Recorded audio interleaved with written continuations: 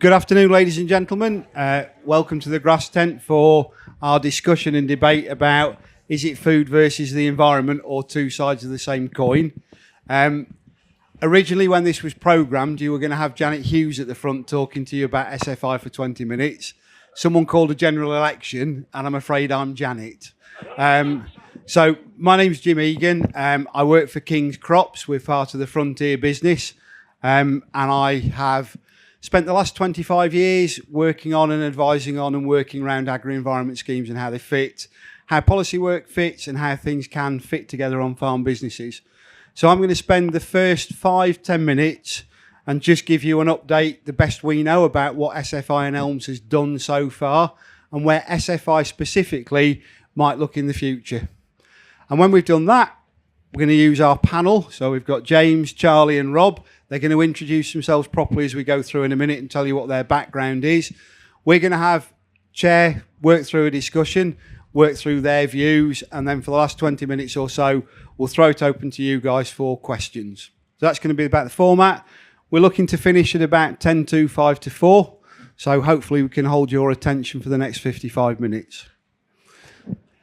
So I want to just reflect really, and I think we're reflecting on some success of SFI. And I genuinely think it's worked. In the time I've worked on these types of schemes, this is the best one we've ever had. It's the only one where DEFRA have listened. They've actually genuinely listened to you guys that are farmers in the audience. They haven't always been swayed by different lobby groups. They've taken time out to work through what's worked and what hasn't. Yes, it's frustrating because we're now on version 4. But they've actually listened and they've taken into account what's going on. They started off with, you've got to deliver a batch of things all together. So you've got to deliver a bundle, otherwise you can't do it.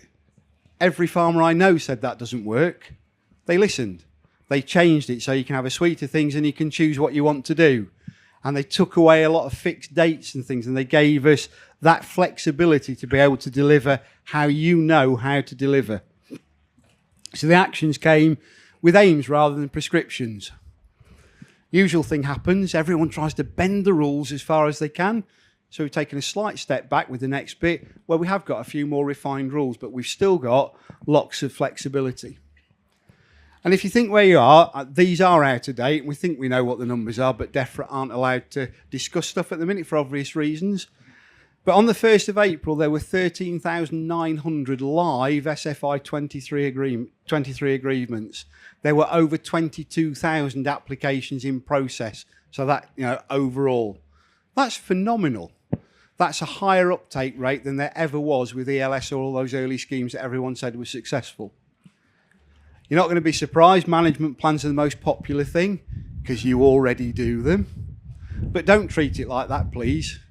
Treat it as an opportunity to take a review of what you're doing. So go and look at the farmers in the room. Go and look at how you approach nutrient management planning. Take it as a time out to sit down with your FACS advisor, with your nutritionist if you're a livestock farmer, and actually review what you do. You're going to get paid 700 quid for doing it. Give it a go. If you're working on the integrated pest management plan, work with your agronomist, challenge him, challenge her. See if we're missing something, use it as a proactive process. That should help you work out what other actions you want to do later. So they're popular. And then two of the less commonly known facts. In those 13,900 agreements, there's 1.6 million hectares of land now in soil management plans. I think that's a hell of a big achievement. You'll get some groups turn around and say, you're just paying them for what they're already doing. We're not actually. You've been paid to take a step further.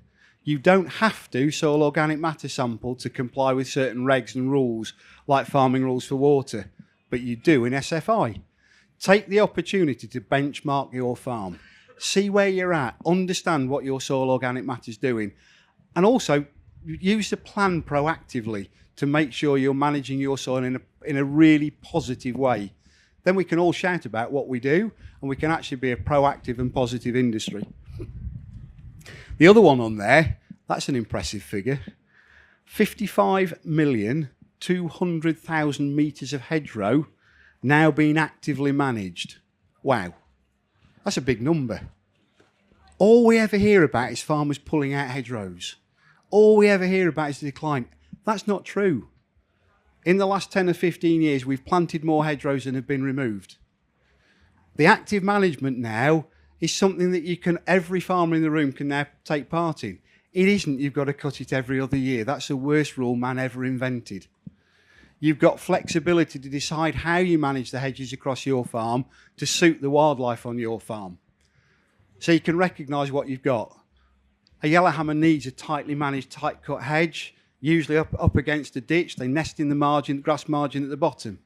A bullfinch wants a big, tall, rangy hedge with trees in it. You've now got the ability to have a management plan that allows you to do it and be paid for it. That's a massive step forward. And I really hope that people take it up in the way it's meant to be and take advantage of it. So then we come to SFI 24, and it's a bit scary. A colleague of mine looked at me when this came out and said, Jim, there's 102 actions. What am I going to do? Well, the real answer to that is most of you in the room, if go into an SFI agreement, if you're a land agent looking at advising, you're an agronomist working with farmers, most farms will put no more than 8 or 9 actions into place. If you're putting many more than that in place, you're doing something a bit wrong. It's going to be around that number. The most popular actions are the ones that are already available. They're things like legume fallows, winter bird food, wildflower plots, buffer strips. The others that have come in are from countryside stewardship. They're helping where people might be coming out of more complex schemes, and they're giving us, you the farmer, the ability to really manage your scheme and plan your scheme properly. But don't be too scared. It's probably only 10 actions you're going to look at once you've talked to people and worked where you want to be. There are some brand new ones. You can actually get paid for direct drilling. You can get paid for variable rate application of nutrition. There's a bit of controversy around exactly how that one works, but I think DEFRA will listen and make it more practical as they learn as we go along to make it happen for everybody. It's planned to be launched this summer, but for the same reason Janet can't be here, that might not happen on the date they've said. They are ready. Whoever becomes Secretary of State will probably want to read through the rules and how they work. They'll want time to sign it off. 3 weeks isn't very long. That will probably delay it by a couple of weeks. But the one thing that is there, you can put in an expression of interest to be first. Some of those people have already applied. The system works. This isn't trial and error. They're ready. The next government, whatever colour it is committed to carry on doing this work. So, personal view, it's highly unlikely to change. It will be with us sometime in July or August. So plan. You've got time. Think about what you want to do. Lots of new things, but now a new entrant to farming that didn't have all the old rules. You had to have an SBI number and all that stuff. You can now apply. So anyone can give it a go. I know there's conflict between landowners and tenants and stuff like that, but I genuinely think it's still flexible enough for it to work for absolutely everybody. We've got rid of the two, countryside stewardship. We were going to have countryside stewardship plus. We're going to have SFI. We've got one scheme. You can do as many of those 102 actions as you want as long as you're eligible for them, or as few as you want. You can have actions that last for 5 years, some that last for 3. It is truly flexible. You can add to your agreement every year. Some of the rotational options, you can only deliver half of what you started off with. As an industry, we've got the flexibility we've been craving for the last 20, 25 years. So please, I really would encourage people to embrace it and make it work. There's some limits. Boy, were there some grumpy farmers when that came in. You can only put up to 25% of your farm into certain things. Well, there's a reason behind that. That's not based on DEFRA not wanting to give you all a load of money. It's based on long-term scientific studies about what the environment needs. So winter bird food, I know from my days working at the Allerton project and the research team there, you don't need more than 4% of the farm in that mix. The blocks need to be between 0.5 hectare and 3 hectares big. If they get any bigger, the birds don't use them all. So they need to be spread out around the farm. So if somebody's thinking about, and I know there are, putting 200 hectares of winter bird food in, it's not going to deliver the environment. So they're not just saying you can't have the money, they're saying that doesn't deliver.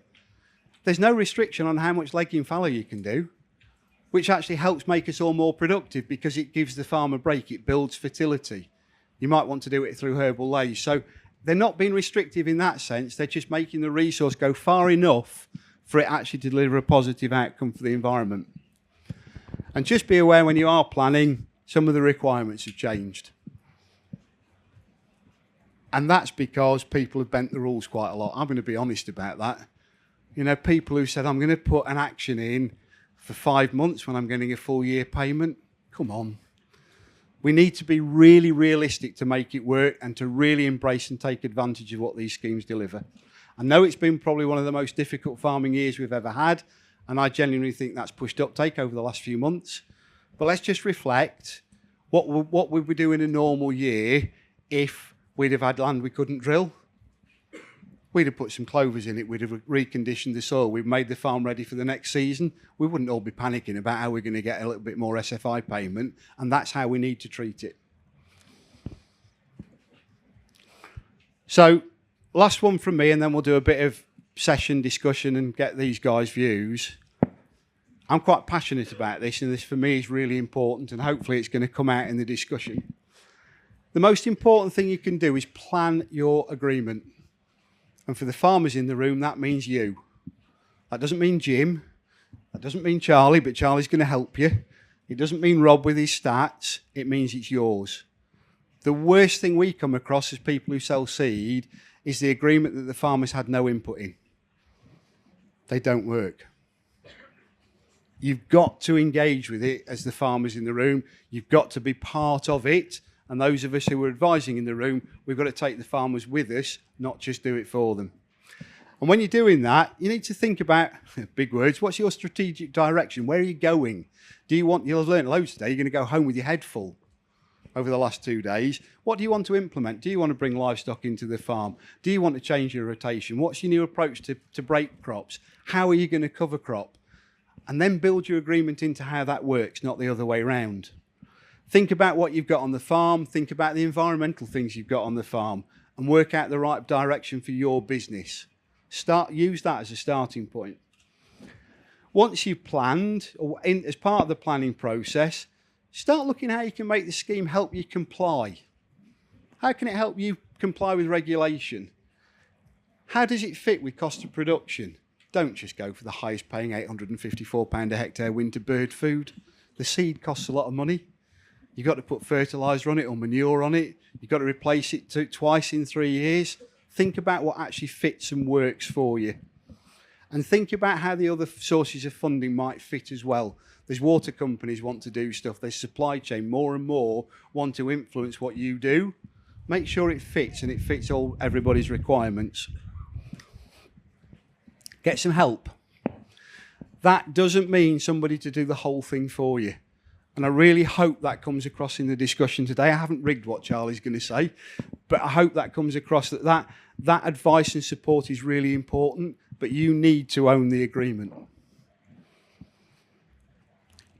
I'll come back to this one again later. When you decided what you're going to do, deliver it properly. I'll come back to that later. I've got a few more words to say about that because that's absolutely crucial for us as an industry to maintain this funding so we can deliver environmental change. And then don't be frightened, and SFI gives us this opportunity. You can go back and see what's worked. If it's a rotational option, you can deliver 50% less next year. It can fit with your rotation. Or you can try a little bit. You can try 5 hectares in year 1 of doing companion cropping.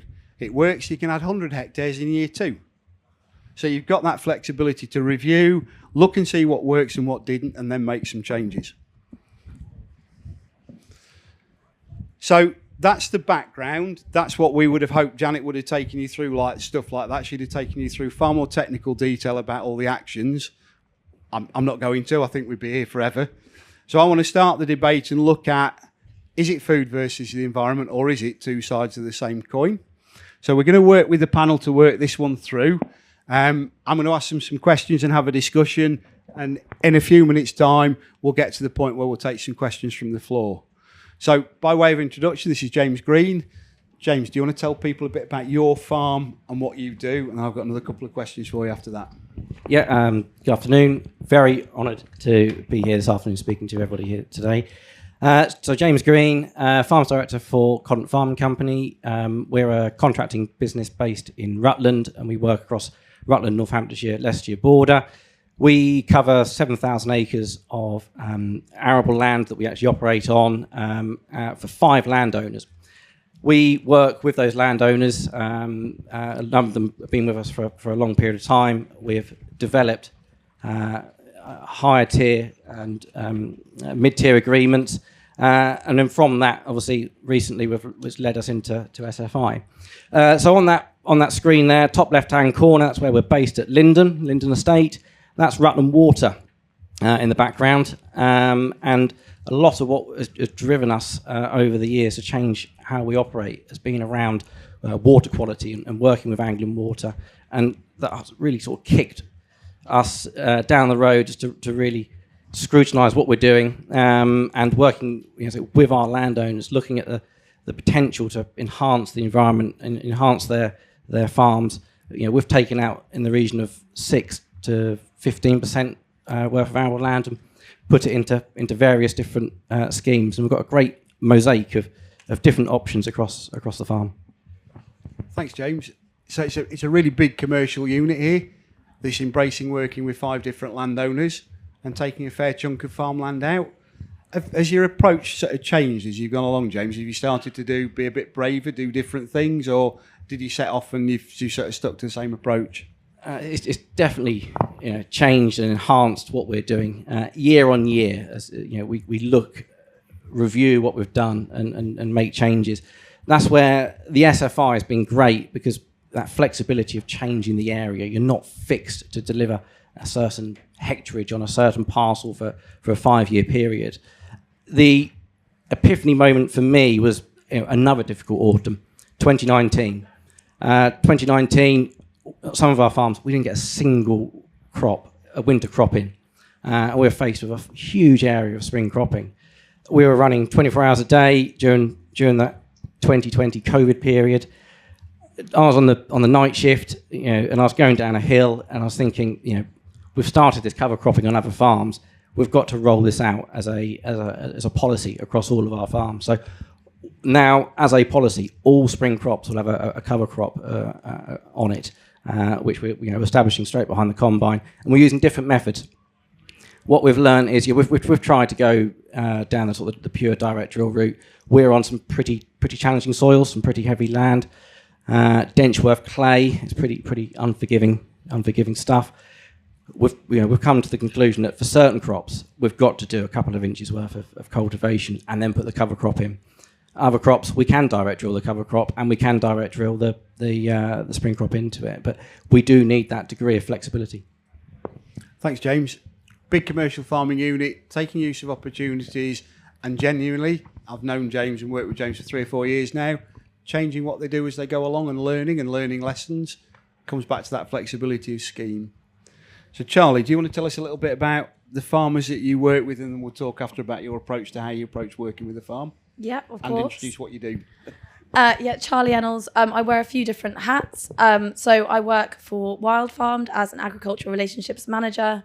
So basically I look after our growing community in the east of England. I also am a freelance farm environment consultant.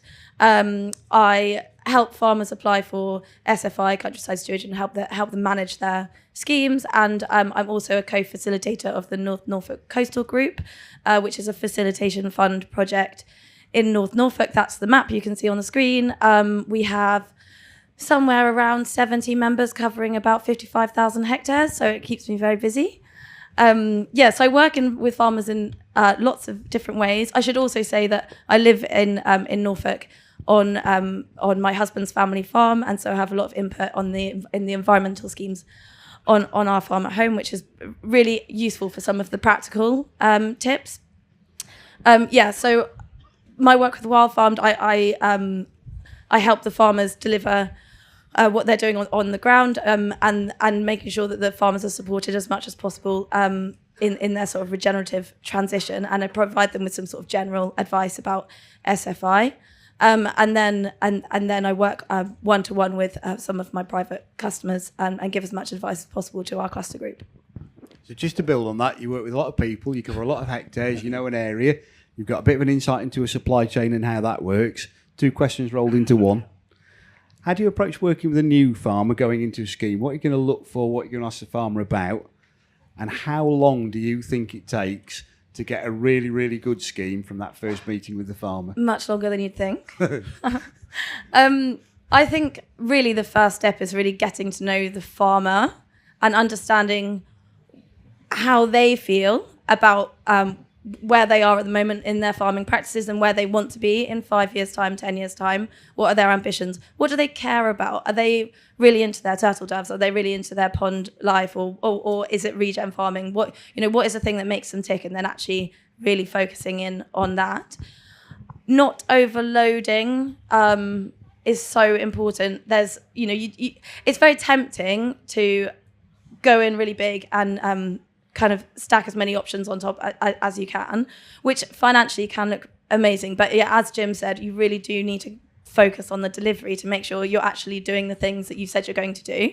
And what I really like with the new SFI, how you're able to add things over time. It was really difficult in countryside stewardship to deliver something, put a scheme together that was really thinking about everything. And then you have that first year where you have to establish everything. And what if there's a drought? What if there's too much rain? And it adds a lot of stress and pressure onto the farmer.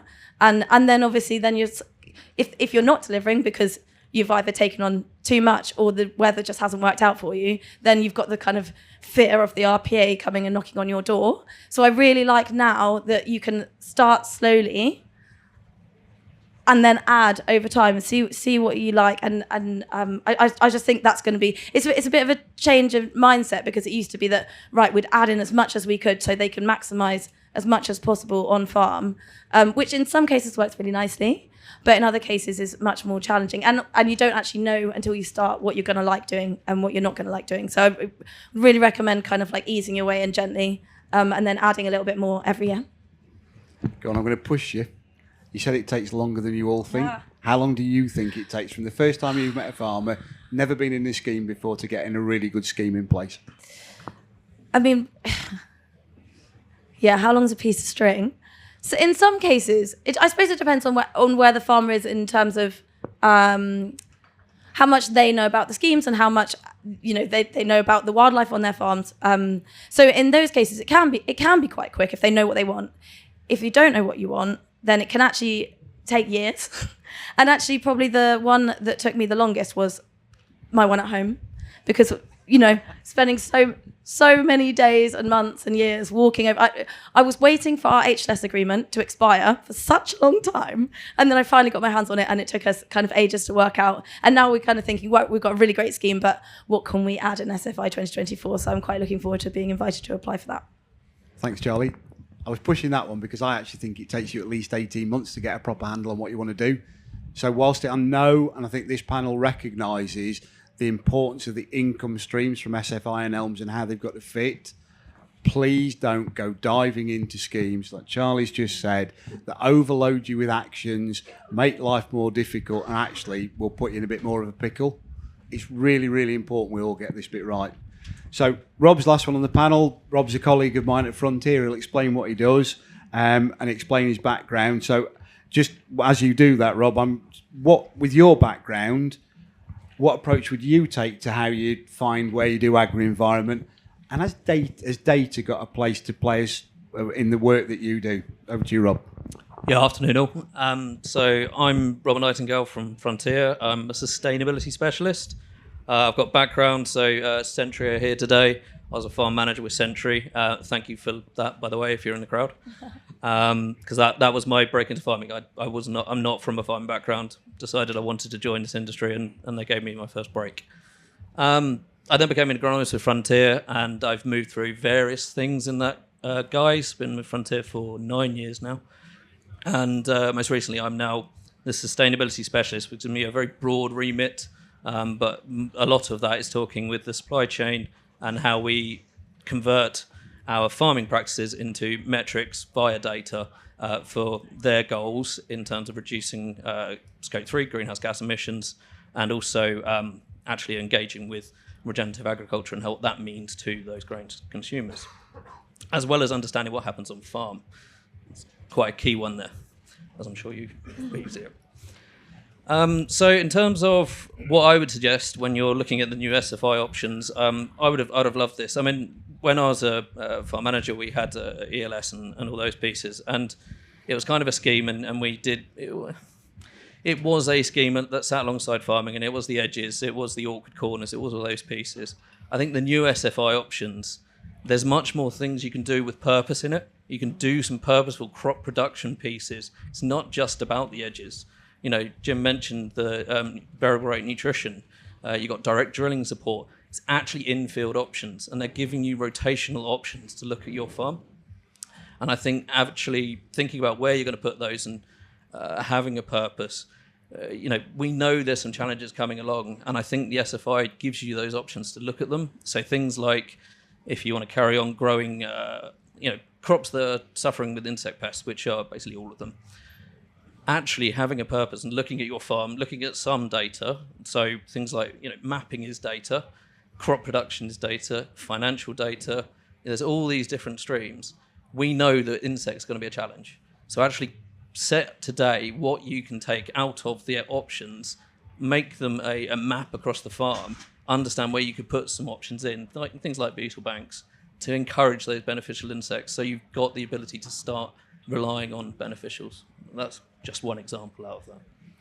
Thanks, Rob. So we've got a sort of a feel for what these guys do, different approaches to agri-environment and how they work and where they sit. So I've got a couple more questions, and then we'll see what you guys actually think. James, if you're doing a scheme, how do you think about financial considerations? And has anything really surprised you when you've been doing the work you've already done? So for us, financially, we've got several different soil types on the farm. And with such a range of different options available to us now, it's very, very easy to put the wrong option on the wrong soil type. We have been focusing on making sure we've got the right option in the right location. Otherwise, you're just chasing something that you just can't achieve. A great example for me, AB8, the grass and margins, where we're taking arable land out of production. What we've learned with the AB8 and that particular mix of species of seeds is they hate nutritious soils. They want more impoverished soils, and we've had to re-drill some of our AB8s 3 times in 5 years to actually get them properly established and to meet the aims of that particular requirement. It's very easy just to be led by the big numbers, the top numbers, and you think, here we go, I'm going to roll this out on a big hectarage with some of these new options. We've worked very hard, and some of our landowners, we've done full-blown 12-month ecology surveys and looked at what we've got going on the farm. To suddenly rip up all this information that we've got and to say we're chasing the money on doing vast acreages of one particular option goes against completely what we actually set out to do from the start. We're in a very tricky time. We're in this tricky time of transition away from direct payment of BPS into SFI, and it's just that catalyst of one tricky autumn, one tricky spring. What do we do? What should we be doing? And it's very easy just to chase the big numbers. So for us as well, it is about the long-term direction of the rotations.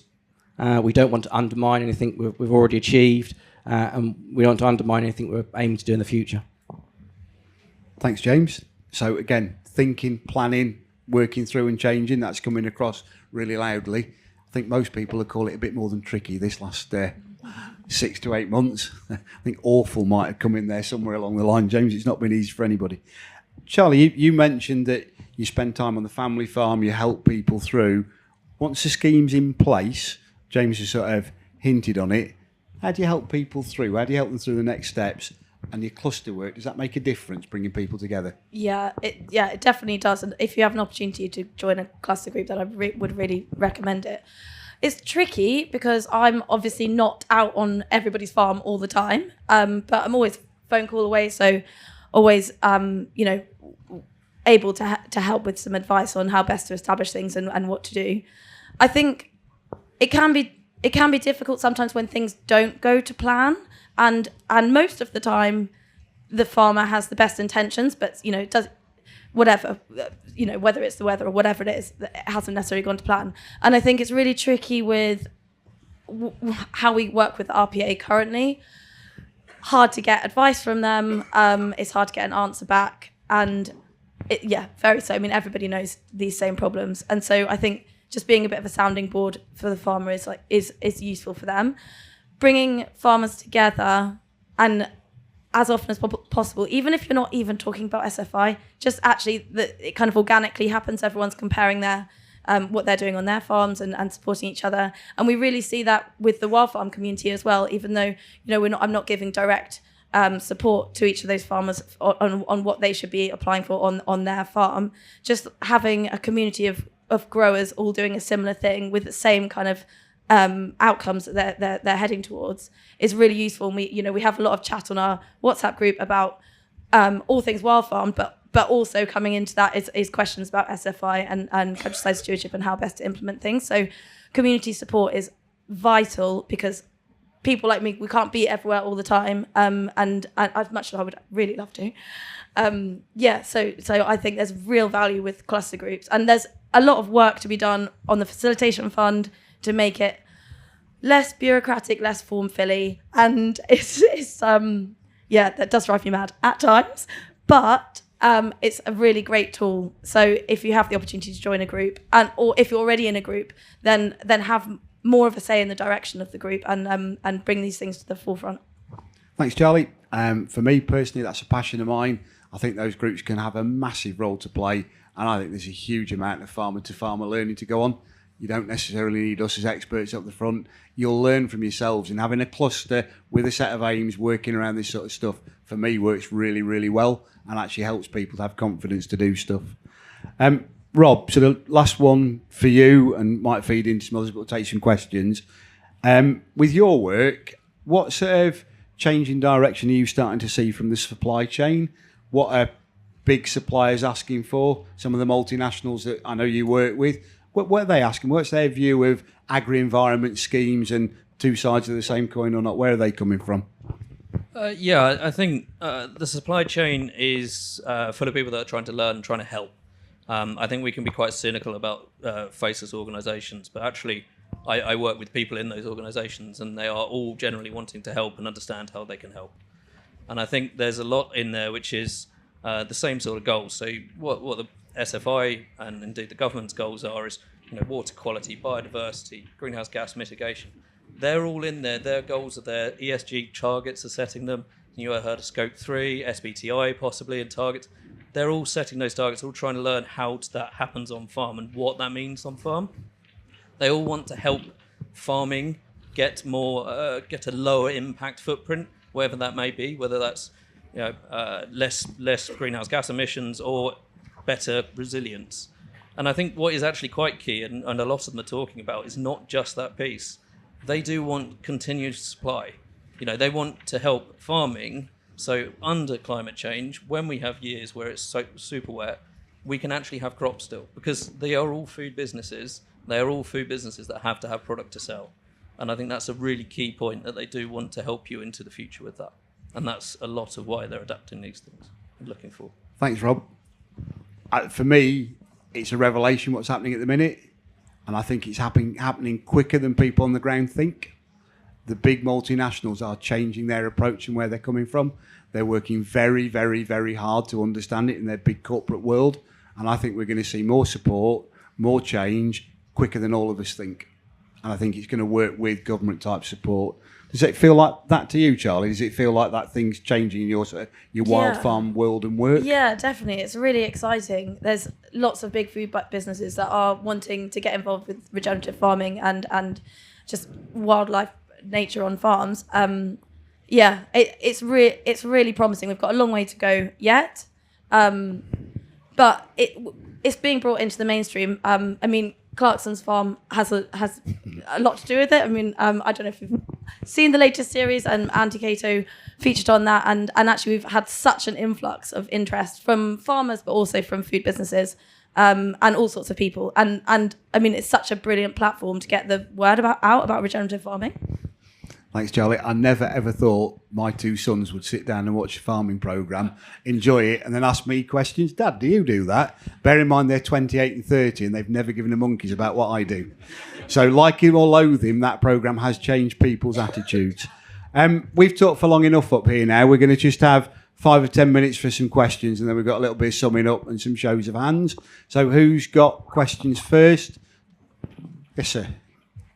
What added value do you think an independent advisor can give if you want to put in an SFI application, or do you think farmers are or should be doing them themselves? I'm going to resist the temptation. I'm not going to answer all these myself. James, as the farmer in the room, what's the value of getting some advice? Okay. Should you be doing your SFI application yourself? Absolutely. It's never been easier. Having done old ELS, HLS agreements, out there measuring everything with a trundle wheel, writing everything down, mid-tier agreements. It's never been easier to get an SFI application in. There's so much technology. You can measure everything from the land app is what we using a lot more of now. It's very, very easy. You can go out and ground truth what you can basically do on the desktop. When you're unsure about options, that's when speak to the likes of Kings, Oakbank, whoever it might be. There's plenty of people to get advice, probably free advice. I wouldn't be looking to go to a particular person unless you're doing something very, very specialist. Simple applications where you're enhancing the farm compared to large-scale arable reversion. When it's that sort of scale, definitely seek advice. And there's been a lot of news, and locally to us, farms taking entire arable operations out of production. That's not really an SFI. That's really longer term. That's a higher tier agreement, and being really specialist and going down that route and trying to deliver something for the local environment. Thanks, James. Charlie, I'm going to ask you, why is independent advice important? That's rather than would you, because you're an independent advisor. Yeah, I mean, I think the benefit of independent advice is that you get a shared perspective of what's going on in the local area. I speak to farmers that have really interesting ideas about what they want to do on their farm, and then I'm able to share those ideas with other people that might not have thought about doing things that way, which is really useful for just like knowledge transfer. Also, I mean, I do think it's really important that farmers are able to apply for these things themselves. I think if that's what you want to do, then that's brilliant. And yeah, you're right. The application process is much more simple than it used to be. You shouldn't have to pay for advice. But I suppose the benefit of advice is just making sure that you have optimized your scheme, making sure you're learning from other people, and also if you're using somebody local, then they might be working with your neighbours too, so you can have like a nice contiguous scheme across the landscape. And a little bit of a plug for FWAG. I learned everything I know from FWAG. I worked for them for 7 years in Norfolk, and they're a really, really important organisation. So make sure you speak to your local FWAG group. I'll second that. I used to work for FWAG too. I'm not going to come to you with that one, Rob. But I'll say, anyone else got any more questions from the floor, please? Hands up you have. The gentleman at the back there, towards the back in the check shirt on the edge of the aisle. Thank you, Jim. Patrick Barker, farmer from Suffolk. Charlie, you talked about the interest in nature and wildlife. And Jim, all the SFI packages that you put on the screen are there to promote farmland wildlife. Are there measures in here which are helping us as farmers to measure the benefits of what we're doing? And Charlie, do you think that there's interest from the supply chain sufficiently to actually fund the recording and demonstrating the benefits of all those measures? And is there opportunity there for farmers like us to actually say, you know what, this is what we're doing, and there's funding to be able to demonstrate that? I'll take the first bit of that one, Patrick, if I can. I actually think monitoring is the most important thing we can do. Don't overlook the amount of work that DEFRA and Natural England already fund.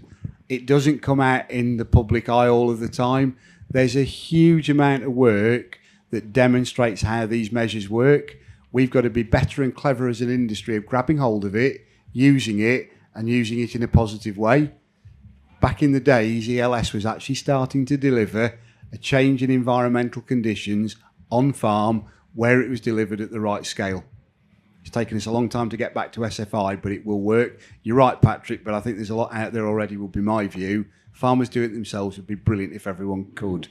Charlie? Yeah, on-farm monitoring is really important, but it's also quite difficult. Every farmer has different skills. Some people are excellent birders, other people wouldn't, don't know a partridge from a swan. But, and you've got to play to your own strengths. And any way that you can do self-monitoring on your farm, I think, is really important. And also it gets you engaged in what's going on the farm. So even if it's kind of not feeding into a national picture, just walking around your farm, looking at what you have, having a look in the pond that you've just restored, and all that stuff just builds your knowledge bank and actually gives you the reassurance that you are doing the right thing. And then I suppose on the other side of things, I mean, as much data as possible to feed into external schemes, maybe third-party funded schemes is really vital. Doing a lot of work at the moment with in the wild farm community, looking at things like we're doing insect trials, looking at the population of insects within a wild farm bicrop compared to a conventional wheat crop, and the difference is pretty stark. And so as soon as we have the numbers, we can start taking it to DEFRA and to other potential funders to say, come on guys, let's let the farmers see some money for the good that they're producing on their land. Thanks, Charlie. Rob, any thoughts, anything you might want to add into that little bit of discussion? I think I think farming's got a fantastic story to tell, and certainly UK farming and the SFI changes, as Jim was saying. This is a fantastic opportunity for farming, and we're at a very good moment to really have those changes coming. And obviously this show, sort of exemplifies that. I think having a story is fantastic, and we can all tell a story. We are looking for evidence coming behind it now. And where I work, we're in the middle of this supply chain, and quite immediate supply chain. People in the supply chain want to be able to understand it, and it doesn't necessarily end up on a packet. It's not, because stuff doesn't land on a packet sometimes, and labelling and all those sort of other issues that we won't go into. It's not necessarily about that. It's about board members. It's about investors. It's about banks. They do understand what they want, and they do want to see some evidence. And I think if we can have the evidence behind the stories, then it really does give us all a bit more power. Thanks, Rob.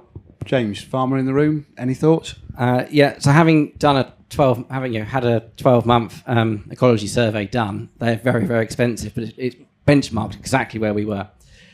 What we've seen now over time, and as the schemes have developed and established themselves, is we've got the general public on our doorstep. So with Rutland Water being having the nature reserve with it, we've got people on our doorstep. So outside the office, we've got a 1.5 hectare wild bird food plot, and we're getting people now that are stopping on their way to the nature reserve to go and do their bird watching, to stop and watch what we're doing with our bird feeders and the species that are all there. It's phenomenal. So I think actually we're now at a point now where actually we'll start to engage the general public and asking them to do some monitoring and benchmarking for us. Okay, thank you. Lady over that side with the white T-shirt on. Thank you. It's Kelly Houston-Fisher, Head of Rural Research for Savills. Was just to ask the panel if you think the incentivisations are fairly balanced to support food production and support environmental protection and recovery, and if not, what would be your recommendation? I'll just go across the line. James, do you want to go first? Yeah, great. It's a really tricky one. We're all sold the story that we're feeding the world. The reality is, the world is fine with food. We've got to produce food in a sustainable way. We have to get off this treadmill of looking to solve our issues with inputs. The more integration we can get and be paid for that integration from sustainable farming methods, the better. Is the balance right? It's certainly getting there. It's certainly getting there. The time it's taken for us to get to this point, and the changes we're seeing in SFI and the toing and froing has been too long. We've been flip-flopping too much. But now that we can start to integrate completely different systems to what we're ever used to, it's got to be a good thing. Charlie? I don't think it's anywhere near close to being good enough yet. I think there's a lot of, we're definitely moving in the right direction, and there's a lot of opportunity. I mean, payments for companion cropping, payments for low input cereals, payments for direct drilling and all that, brilliant, absolutely brilliant, but there's so much more that needs to happen. But I mean, baby steps. I like DEFRA's approach of bringing things out slowly, as much as it's frustrating, and I'd like to see it all out ready and perfect straight away. In reality, that's just not going to happen. And so, and actually maybe it's more manageable, little chunks at a time. I think there's a lot of opportunity to look at improving some of the more higher risk crops, potato crops, sugar beet, all of that kind of stuff. I think there's lots of options available for cereal cropping, which is absolutely fantastic, but we need to push it further. And anybody growing potatoes, anybody growing carrots, sugar beet, all of those crops that are a risk of soil erosion and everything else that comes with that needs to be kind of knocking on DEFRA's door to say, come on, how can we work together to create some options that pay well enough to actually still grow those crops, but in a regenerative way. Thanks, Charlie. Rob? I think if you look at the balance, does SFI fund environment? I mean, this is a topic of the conversation. I think crop production, crops themselves cover what they're being paid. So if you look at the balance, then the balance is probably not tipped enough towards the environment in some ways, and that's what they're trying to support. I think now you're taking crop production elements into supporting and changing those things and recognising that crop production has actually got a real impact on the environment and how we can change that. I think they're probably starting to get the balance right. But I think actually, the crops that we're growing should cover themselves. And that's, from a grain merchant, essentially. Thank you, Kelly. That was a really, really interesting and insightful question. I'm actually going to call it quits at that. It's about 10 to 4, and we've got a few more bits we just want to get through before you all disappear. So if you could just click me through. So I'm just going to do a little bit of a summary, then I'm going to ask these guys a question. So we've talked a lot today about planning. I hope the insights from these three have made you realise that planning is important, ongoing management's important, that actually doing the right thing for your farm is important. And I think you've probably guessed, I think the four of us up here think it's two sides of the same coin. It's not farming versus the environment. It's got to be interlinked. I'm going to take Chairman's prerogative just to answer Kelly's question. I actually think it's very rapidly going to balance out. I think it's coming quicker than people think. I said it before. I see it in every day of my working life. Potato producers wanting to do something different. The supply chain side. The supermarkets coming and needing to do something different. And they're actually starting to realise they've got to pay James and all his colleagues a lot more money. And they're starting to realise that they're not going to fund things that government are already funding through SFI. And the breadth of SFI is a godsend for us, because I think they're going to start to ask the industry to help these guys bundle new farmers in the room to bundle stuff together. And it's not just going to be niche markets. I'm always glass half full, and I can actually see that happening fairly quickly. I also think, and my sort of appeal to you guys at the end here, before I ask these three, one last question is, if you do an agreement, get the right support. Use people like FWAG, use people like Kings, use people like Charlie, use your land agents, but make sure you understand the rules, you understand exactly what you're committing to, and please make sure you deliver it properly. Don't leave the winter bird food until drilling until the middle of July. It won't work. Don't run out because it's a nice warm day in the middle of April and drill your winter bird food. The soil's too cold. It won't grow. If you're going to grow a cover crop, and Anglian Water might be interested, they might be funding you as well as your SFI, and you think, flipping heck, I'm getting nearly 250 quid a hectare for this at the minute. That might change. Don't leave it till the middle of October to drill it and then blame the seed merchant because I've sold you some rubbish seed. Put it in the ground straight after harvest so it sucks up that 70 kilos of nitrogen that you've left in the soil from your previous crop. Make it stop the soil erosion. Do it properly. If you're going to grow wildflowers, don't try and drill them into that grass margin that's been there for 20 years and the flowers won't grow because they'll be outcompeted by the tussocky grasses, and try and replace one of the most valuable habitats you've got on farm just because you might get a few £100 more. You'll actually end up more profitable by managing that grass margin properly and putting your wildflowers somewhere else. So for me, it is definitely two sides. It's the same thing. The whole thing's interlinked. We've got to be able to make it work together. We've got to take Patrick's point at the back about having evidence and shouting about what we do, and we've got to make it work as an industry between us. So that would be my summing up and my view. I've got one last question for these three. There's going to be election next week. James, this is the one to all three of them. You've got one thing, you've got 30 seconds. You're now DEFRA Secretary of State. What are you going to do on Friday the 5th of July? You have had time to think about Nicely this. easy, yeah. So I think one failure of the SFI is actually the rolling 12-month application window. I actually would go to quarter application period to match the quarter payments rather than constant rolling period. I also would introduce the ability to chop and change some parts of the options and agreements. This phenomenal year we've just had, trying to deliver the aims well, have been hard work. And I think we need the ability to change things as actually your 12-month period moves on. So James is going to give us a bit more flexibility, and he's going to tie us down, so we're going to miss that application window every quarter. But I do understand what you mean, and I know where you're coming from. Charlie, what are you going to do? I think the major thing that's missing at the moment is enough local advice. We've all come from a time of HLS and lots of local natural England advisors coming out to your farm, and that's been really rowed back on, and I think we really miss it. I think those advisors know the farms so well. Some of them have got really long-standing relationships, and they really know the land well. And so, and then it, it helps with setting up the schemes in the first place, but also managing the schemes. At the moment, you have a question, you might come to me or to FWAG or to your land agent or whoever you're getting your advice from.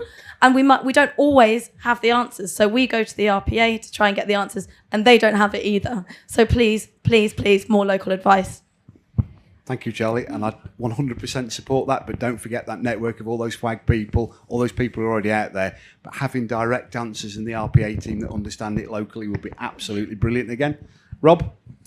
I think for me, I'd say that we've got some of the best agri-tech innovation in the world in the UK, and we are known as a leader for it. I would actually lean into that and try and actually make that a public good. It is about engaging in how we become a farmed environment, which is actually changing the dial and moving all the stats we've seen going down, change them and actually start going back up, and have the research, have the evidence collection, have the local advice network that can support that, and really embrace it and get behind it. Thank you very much. The one thing I do is make sure they don't ditch SFI and start all over again, because it's actually really, really good. I don't think it'll happen. I hope it doesn't. Thank you all very much for your time. I hope you've enjoyed it, and enjoy the rest of your day.